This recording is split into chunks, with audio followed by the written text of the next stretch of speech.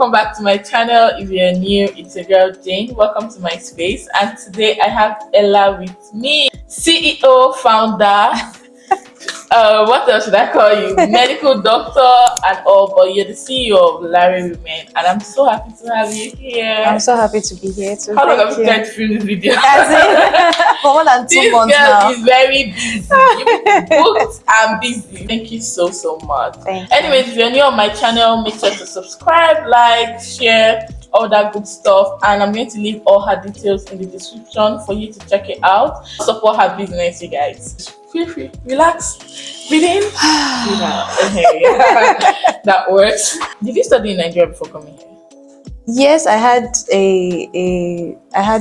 years of study in a private university in Nigeria before coming here. Ah, okay. Yeah. So why did you leave?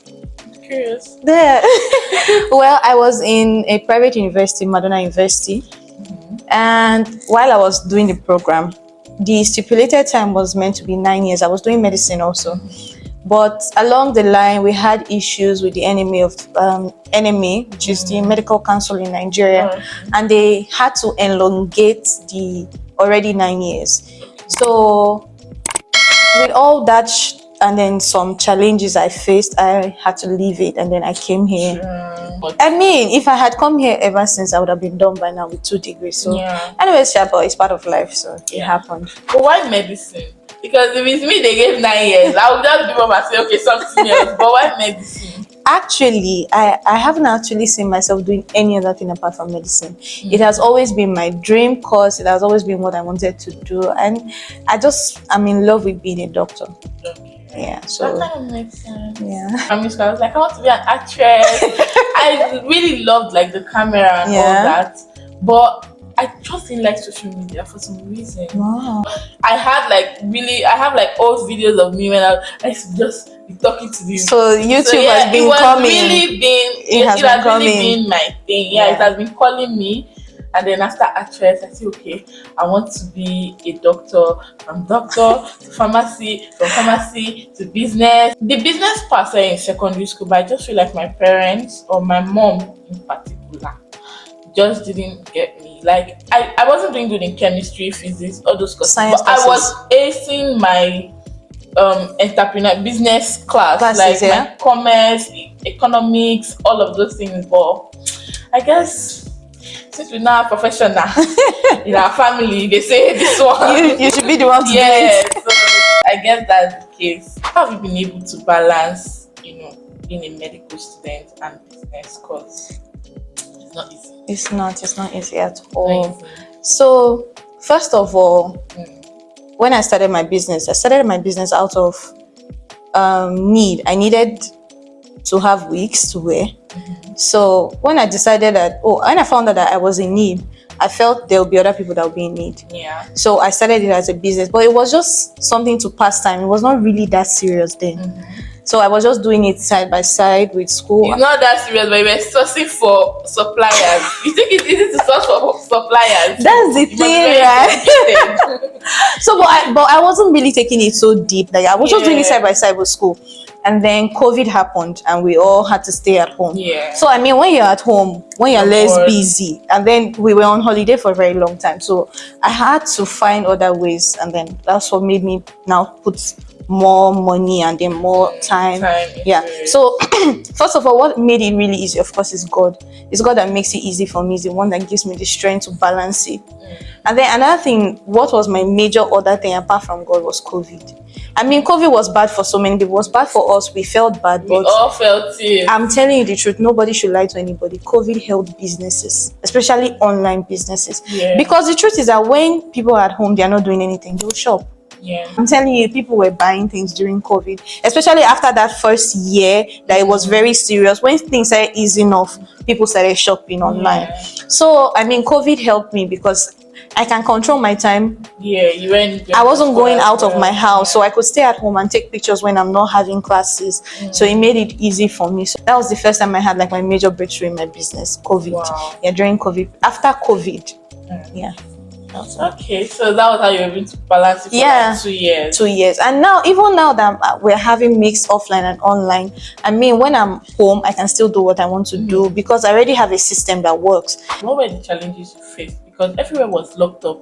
I'm sure you were sourcing from another country. So how were you able to ship in? Yeah, okay. So for a while, there was no shipping because everywhere was on lockdown. But when it became opened, things were moving a bit slowly, but at least they were moving. And then, of course, I used shipping companies like DHL, FedEx. So those were my major shipping companies. So those people, they already have me. So they'll always figure out a way. I mean, maybe the charges were higher then, but they'll always figure out a way to bring your stuff to you. Some of the challenges I've faced in my business has to do with logistics. Customers are not really my problem in my business.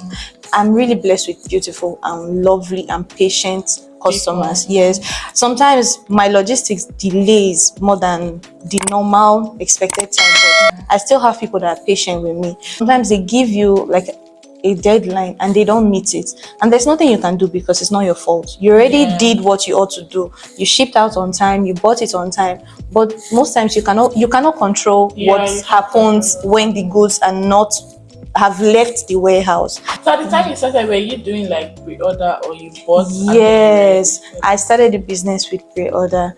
I found a supplier, and then I met my friends because my two friends were my first customers.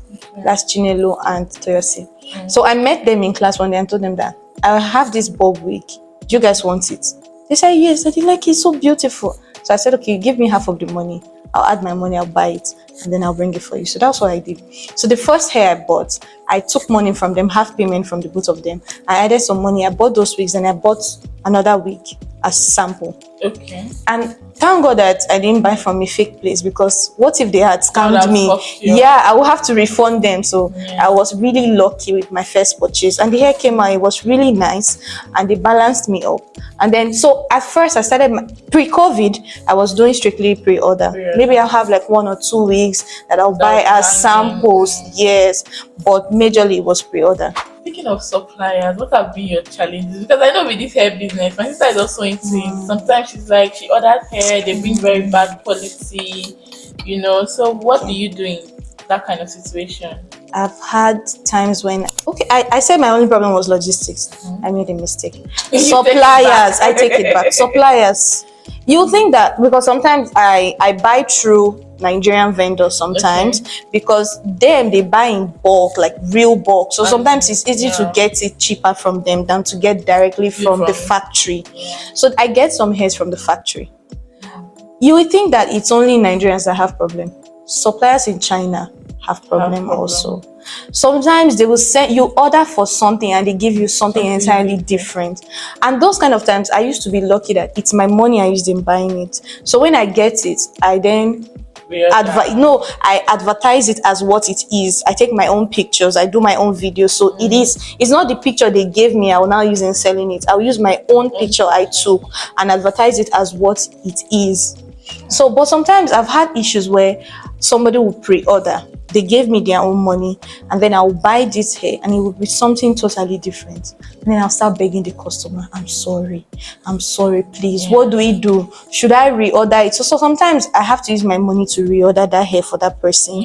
Sometimes I've had an issue where I had to refund. So sometimes suppliers they are really, really psycho. They can really mess you up. They can put you in a very, very, very, very tight corner. But when I face that kind of challenge, I just come out and explain to the customer that this is what happened. What do we do? It's not really your fault. It's not my problem. What do you do? Do I send it to you like this? Do I give you some part of the money to compensate, or would you want me to reorder this hair again? So sometimes you end up losing money. Oh, definitely. It comes with the business. Sometimes you lose. Why did you have to give your business LLARAE Women? Okay, so in my mind, I'm thinking that one day I'm going to have a very big brand, that will supply women needs, not just hair. Not just hair. Hence the women. I mean, I've tried other businesses, but I mean, in the future, I'd love to supply stuff that surround women, and you then want to be that one-stop brand. Exactly, that will supply your needs.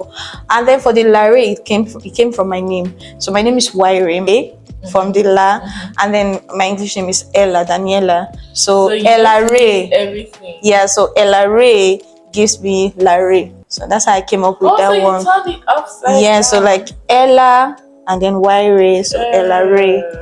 Yeah, so makes LLARAE. Interesting. How have you been able to handle customer wahala? Times I can be a little bit impatient, but with customers you cannot be like that. If not, you'll just pursue everybody away.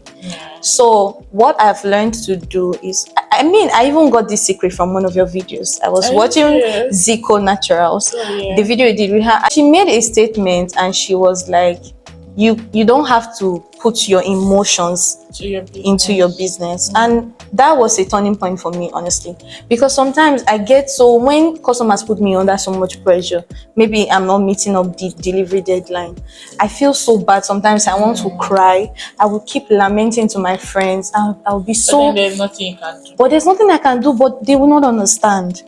So I mean, when the advice is coming from a third party, it will be more clear, it will be clearer, and you have more insights. If not, I'm telling you, most time I will just break down. I noticed something in your business. You have like this installment payment thing. Yes. Please, especially the fact that your business is with Africans, how do you trust to run that kind of segment? Okay, so for my installment payment, I don't release the hair until the money is complete.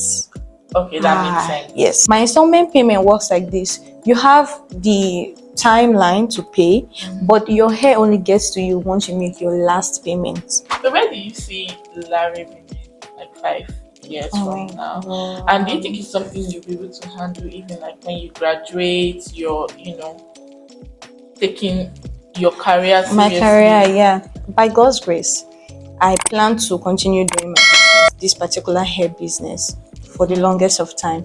I see it as, because I mean, my business is majorly online. Yeah, so it's something I can do from anywhere. And I'm someone that loves to press my phone. So I can always and my business is on my phone. So I can always press my phone and do what I want to do. So I do not plan to stop doing this business. I plan to continue doing it, and then by God's grace add other businesses to it. But this will be my major niche. Yes. Over time, you've had people come up, start up. But one thing is, you've always been consistent. Like when you started, I think at times there weren't a lot of people. Exactly. But then now people are coming up every day. How are you coping? Especially in this small. Exactly how I used to feel, right? Because when I started, we're not plenty, especially in Nigerian community. I mean, maybe in other Africans, they were selling hair, but in the Nigerian community, we're not plenty selling hair.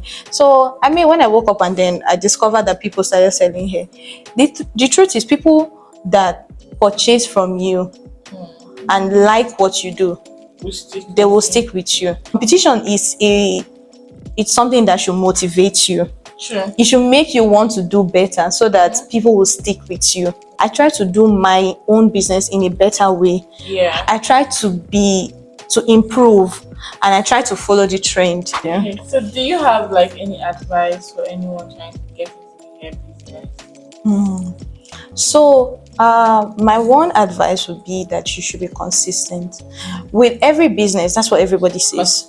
Consistency. You should wake up every day and be active. If you're an online business, you should make your presence known every day, and try, just like I said, try to up your game. Try to see what's going on around you, and make, like, you don't have to not necessarily copy. Exactly, you don't have to copy, but when you see trends, know that the people that are buying from you, they are seeing these trends also. Yes, and them too, they want to be among the people that are trendy. So you should try to up your game. Another thing is that competition doesn't always have to be bad. Competition can be your motivation. It can be healthy. You can see somebody. I mean, I've had some hair sellers that message me previously and say, oh, my customer wants this type of hair. Do you have it? They need it immediately. That's cool. Yeah, I've had someone message me like that, and I didn't think it was bad. I didn't have it then. I showed her what I had, and the person didn't like it, but it was okay. And I was like, wow, she did this. This is nice.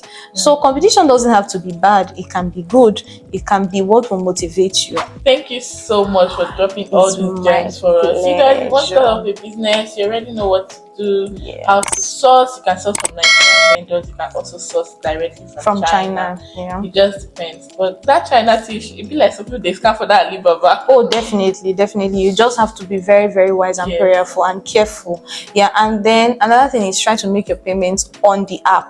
Yeah, that is my one secret that I'm releasing. That's my business secret. Don't go outside the app. Pay on the app, because your money is secure when you pay on the app. That's the truth. If anything happens, Alibaba will or whatever app, if you're using 2128 or whatever app you're buying from, they will definitely repay you back. They will refund you if there's an issue.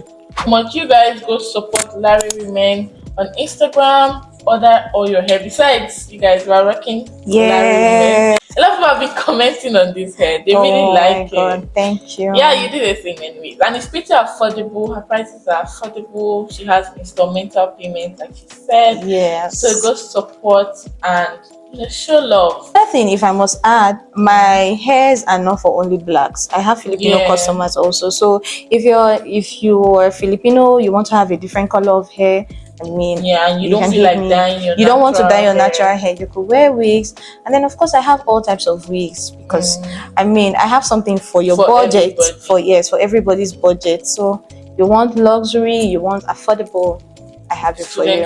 Student friendly, because I'm a student like you. So okay guys, thank you so much. It's my Make sure pleasure. to like, comment, subscribe, share, all that good stuff, and I'll see you guys in my next one. Bye guys.